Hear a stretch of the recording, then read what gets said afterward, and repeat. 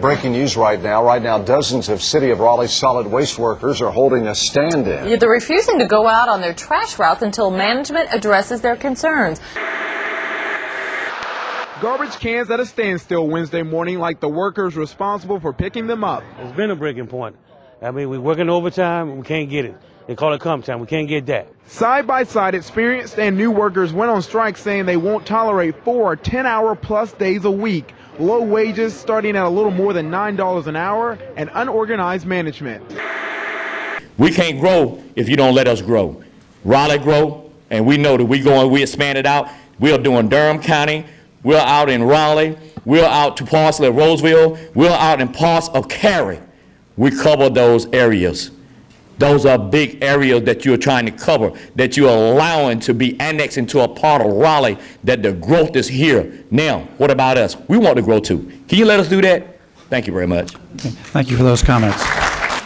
We are asking for collective bargaining to meet with the city councils and all on a regular basis and to cover some of the issues that we have that's going on now and the ones that may occur in the future. So we would ask that we have completely cooperation from you all. We are willing to cooperate.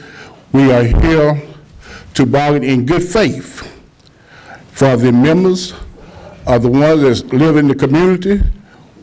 We believe in supporting them, and we got support from them, from a lot of them. So we came to do a good job, determined to do a good job, but we like to be treated fair and be treated like human beings because we worked in all type weather. Y'all know what kind of weather we work. You know what we do. We never fail to do our job, and we ask them that y'all take this on very considerate, that we expect to be treated like the work we put out. And I want to give each and every one a chance to speak on them. But we definitely need to meet on a regular basis with the union and city councils, whoever, on y'all staff.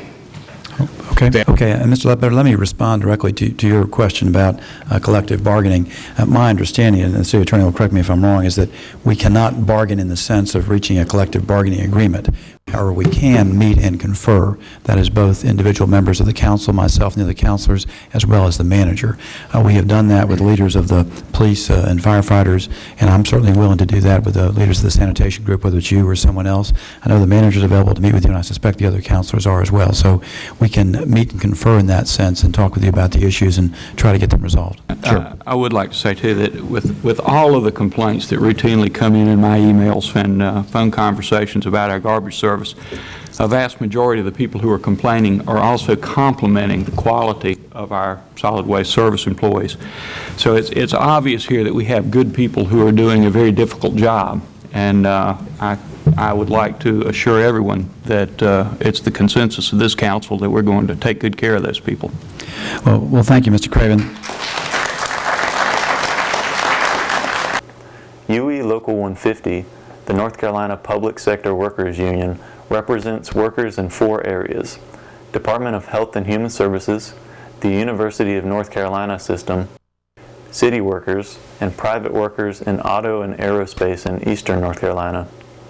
UE 150 has been meeting with Raleigh sanitation workers for over a year and has been organizing public sector workers since 1996. On Thursday, September 14th, more than half of the solid waste workforce attended the UE 150 union meeting at the Fruit of Labor Cultural Center in Raleigh, where they voted, signed up, and took an oath to join and build the union. We're going to keep recruiting. Tonight, they voted to form a union and had enough people attending tonight's meeting to establish a charter for a local. Workers have been working like horses, been feeding them like chickens. Now has a list of grievances it wants addressed, including no forced overtime. They want to work no more than 10 hours a day. A law passed in 1959, NC General Statute 9598, makes it illegal for the state, counties, cities, or any other political subdivisions of the state to enter into contracts or agreements with any labor unions or other bargaining agents. North Carolina is also the second least unionized state in the country. North Carolina is only one of 2 states, one of only 2 states in the entire United States where collective bargaining for public employees is explicitly banned by law. What's this mean to workers? What's this mean to workers? It means that when a caregiver at a state hospital is forced to work overtime against her will again and again, she can't negotiate a better schedule. It means that when a janitor at one of the state's universities is paid less than a living wage, he has no way to bargain a raise. It means that when a sanitation worker in the city of Charlotte is fired without just cause, he has no recourse to a negotiated remedy. Today, during International Human Rights Week, we are filing with the International Labor Organization in Geneva, an agency of the United Nations, a complaint alleging that the continuing denial of collective bargaining rights to tens of thousands of public employees in this state is a violation of their most basic human rights.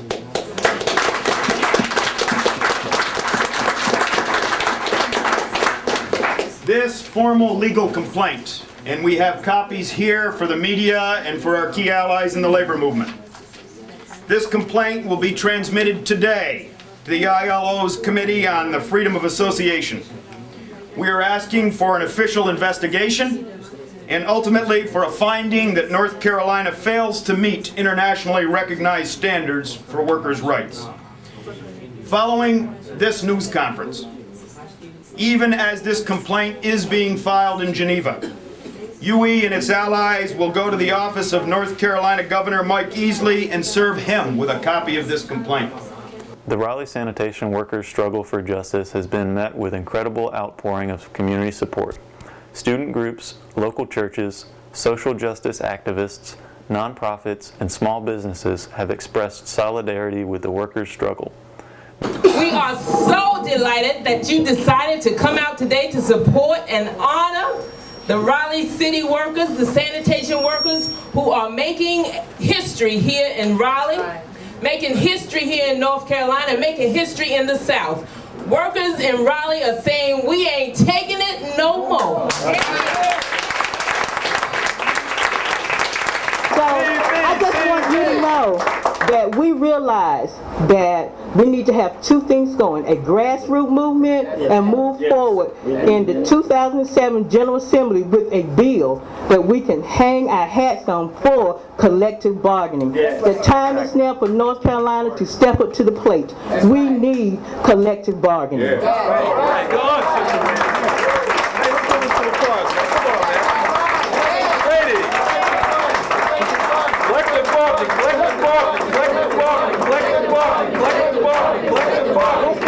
need collective bargaining. This is very important in North Carolina. We need to move forward because workers deserve the right to have collective bargaining. And without collective bargaining, remember, North Carolina is not a state that accepts collective bargaining. Collective bargaining is illegal in the state of North Carolina. So we must move forward with collective bargaining. We must in 2007, and we must hold our legislature accountable for collective bargaining. So we need to have one unified voice in 2007, and we must begin to lay the groundwork for collective bargaining. All right.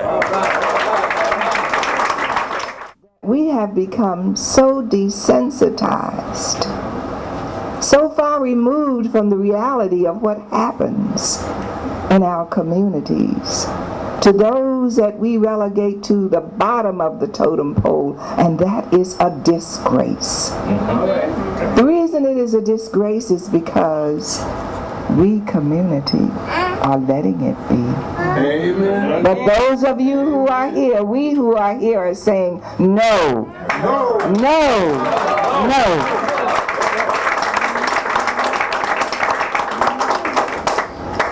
When we had our sanitation workers on our talk show on WSHA last Saturday and Saturday before last, they shared with the community. 40,000 people listened to our station across this state.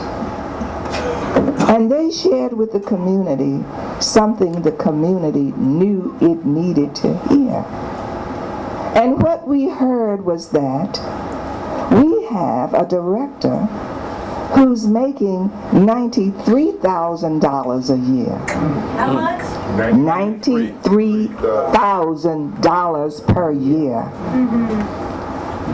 We have an assistant manager who is making $140,000 per year. How much?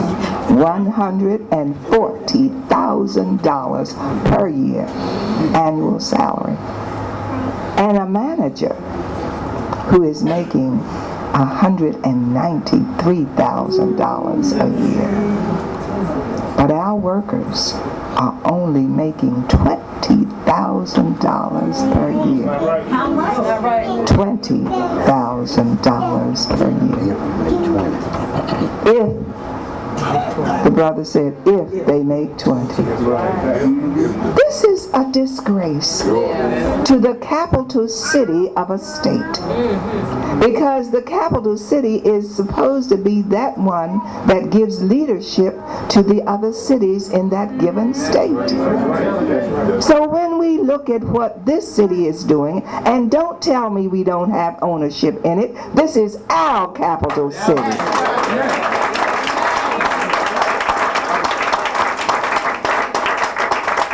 You have to evaluate how fair and just the society is on the basis of how they treat their sanitation workers. That's right. The people who pick up the trash.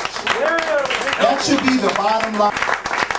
People reach the boiling point, you know what the demands are, we got to get behind them. You got to make phone calls, you got to send letters, emails, you got to honk your horn every time you see a sanitation worker, you got to whistle, you got to put your fist up in the air and pump it.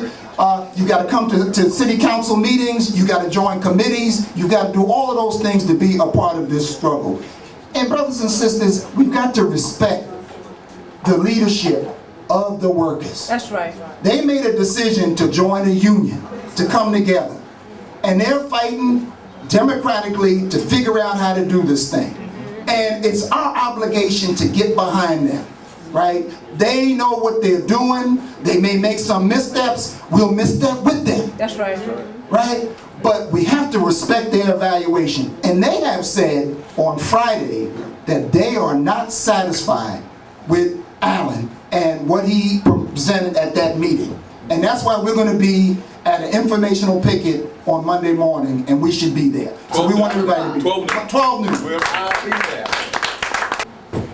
And I just want to say one last thing. You know, folks have been saying, well, they work sanitation or they pick up garbage. We don't want to be treated like garbage. All honest work is honorable work. And I, as a woman, as an activist, as a woman worker, will stand next to any worker who works honest, works hard.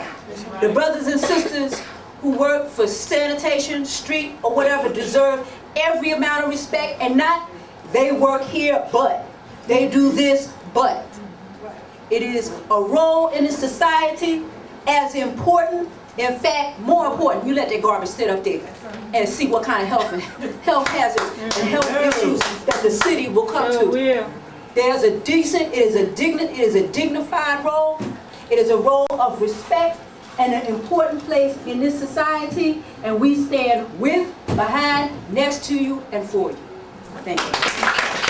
The Raleigh sanitation workers, along with community groups like Fight Imperialism Stand Together, Action for Community in Raleigh, Students for a Democratic Society, and Triangle Area Green Party, have engaged in community outreach by spreading the message of the workers throughout the city. Pay up, Raleigh! Workers' rights are human rights. Justice for sanitation workers and all city workers. Call the mayor and city council and support the sanitation workers' demands. Pay up, Raleigh! Workers' rights are human rights. Justice for sanitation workers and all city workers. Call the mayor and city council. Pay up, Raleigh! Workers' rights are human rights. Justice for city workers and sanitation workers. On Monday, September 25th, Raleigh solid waste workers launched a picket in front of City Hall. Respect! Respect! What you want? Respect! What you want? Respect! Respect! Respect. Respect. Respect. Respect. When you want it. Now. When you want it.